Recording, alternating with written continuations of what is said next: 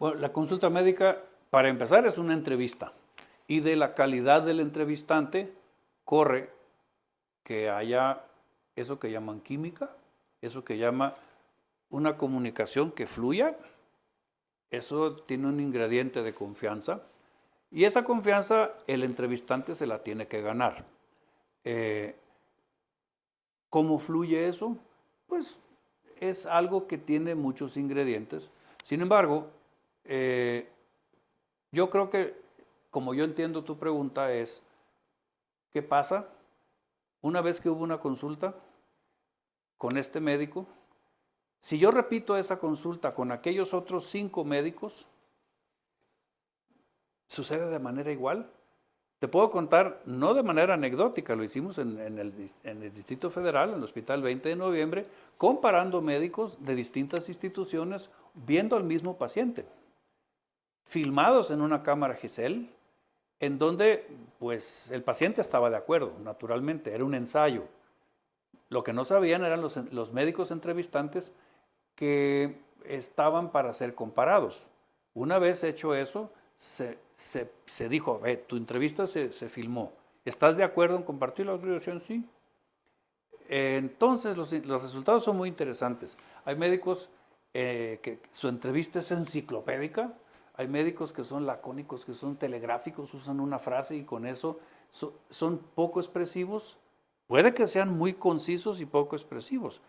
Como ves, hay un abanico de posibilidades en la calidad del entrevistante. Resulta que de los 10 entrevistantes que vieron al mismo paciente, 3 se parecían, 8 discrepaban significativamente en el tiempo que usaron para lograr la consulta, los objetivos que estaban puntualizados a lograr, unos quedaron inconclusos, otros no se abordaron, en otros se abundaron excesivamente.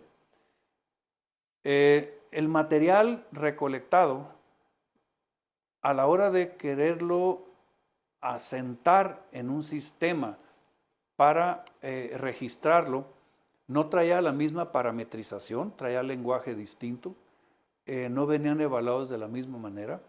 Y al querer comparar en forma horizontal lo que los 10 médicos hicieron, no era utilizable. ¿De qué estamos hablando? De estandarización. Es decir, homologación de procedimientos en esa casual entrevista que se está dando entre médico y paciente. Un paciente que ya anduvo entre muchos médicos, en medicina decimos que ya anduvo de compras con el médico,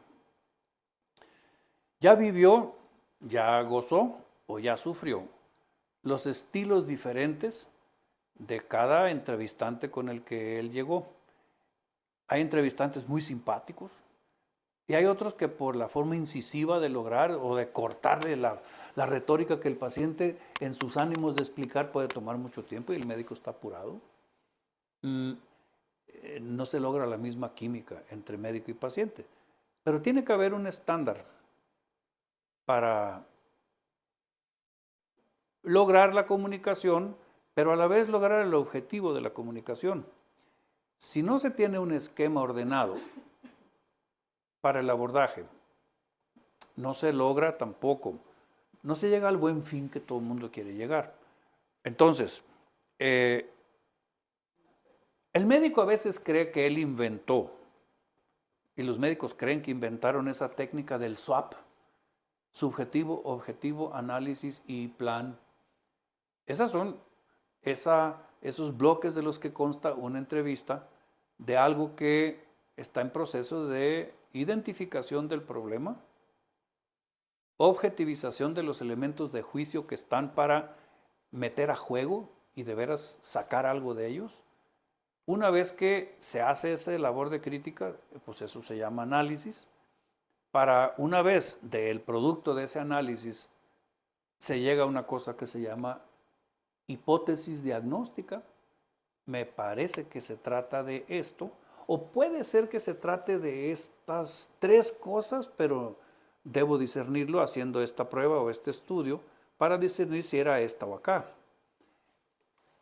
Eso acaba en una lógica que algún nombre tenía que tener, SWOT se llama, pero ese es el análisis por casos, el análisis de la problemática de un paciente orientado por problemas. Ya sabemos que un paciente nunca viene a entrevistarte por un solo problema.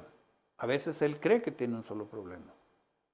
Pero cuando uno ya lo entrevista, él trae una amalgama de problemas que vienen en la misma persona, que tienen causas vecinas, pero no las mismas.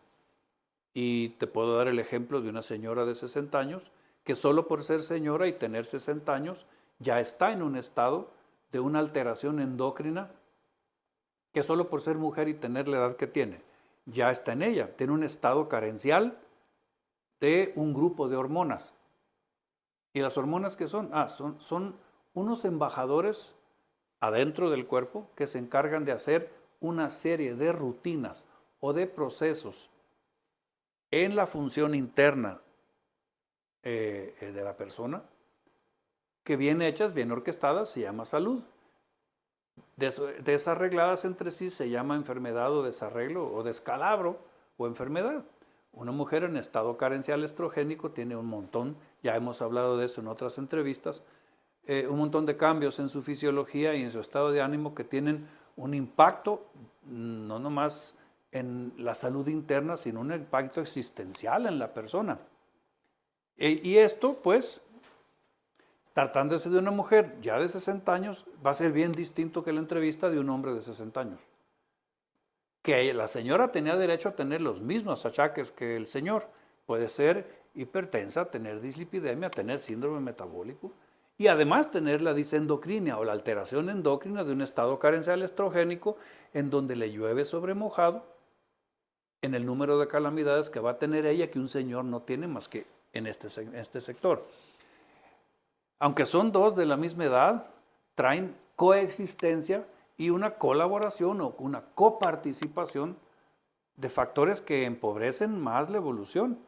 Y además las advertencias para su tratamiento, pues van a ser diferentes porque no se pueden dar algunas cosas en una señora que en un señor. Esa estandarización de abordaje, solo por tratarse de mujer arriba de 50 años, tiene un estándar de cómo se aborda. Ser un hombre abajo de 50 años, ser un hombre de todas las edades, ser un pediátrico, ser un geriátrico. Sí hay variaciones, pero pertenecen a un grueso de un estándar en cómo se recolecta la información. De la edad que sea, todos van a tener una historia que contar. Es decir, lo subjetivo, lo que me cuentan.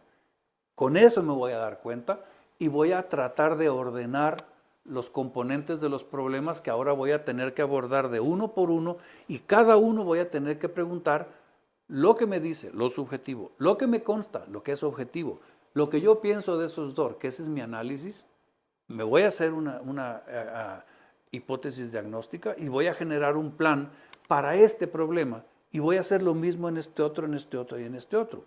Naturalmente que tengo 4 realidades de cosas que coexisten, que están viviendo al mismo tiempo en el mismo paciente y que pueda alguna tener que ver con la evolución de estas otras. Esa codependencia o esa independencia, el médico la tiene que saber y sabe que al dar tratamiento para esta, que agravaba estas otras 3, ya le va a dar un beneficio.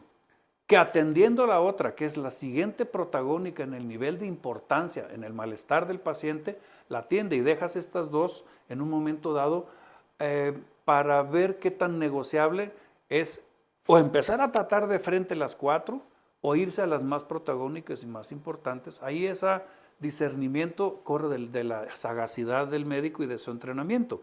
De nuevo, lo que me dice, lo que yo veo y me consta, lo que yo creo y lo que yo planteo en cada problema que yo identifique en ese mismo paciente, en esa misma consulta.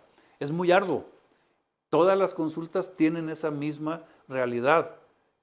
Digo, en 40 años de consulta puedo decirte que he encontrado lo que los demás saben, los más médicos saben, que la coexistencia o la codependencia de patologías y el saber identificar las más protagónicas es la obligación inicial del médico.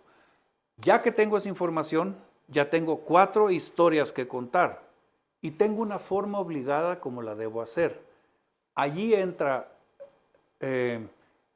la parte inicial de lo que yo creo que tú traes en esta entrevista, o así lo sentí. ¿Actúan igual todos los médicos? Una vez que lo hicieron, supóngase que lo hicieron porque todos están entrenados a hacerlo. A la hora de ponerlo por escrito y meterlo a un sistema, ¿usan el mismo lenguaje? ¿Lo parametrizan de la misma manera? ¿Los códigos que utiliza para dar los nombres de los diagnósticos, usa código internacional o usa una aproximación? Una vez que tiene el código del diagnóstico, tiene un grupo de productos, medicamentos y servicios que se van a aplicar en este achaque. Me quedan otros 3 que van a sufrir lo mismo. Esa estructuración de todos los procedimientos que el médico hace, al final de su consulta quedan asentados en un sistema. En esta vez, de esta consulta, de esos 4 problemas. Eso fue hoy. Esta es mañana, esto es dentro de 6 meses, esto es dentro de 2 años. Pero cada uno de ellos lleva una línea de evolución que, aunque coexiste con los demás problemas, no se cruza con los demás problemas en la forma de narrarlo, la forma de parametrizarlo, para luego en la forma en la que yo lo puedo consultar su evolución lineal en el tiempo. Eso se llama análisis de evolución y poder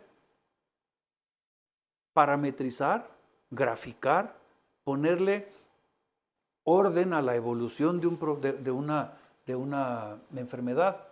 De allí que medicina es parametrizable, medicina se puede hacer mediante análisis sistemático si se actúa de esa manera.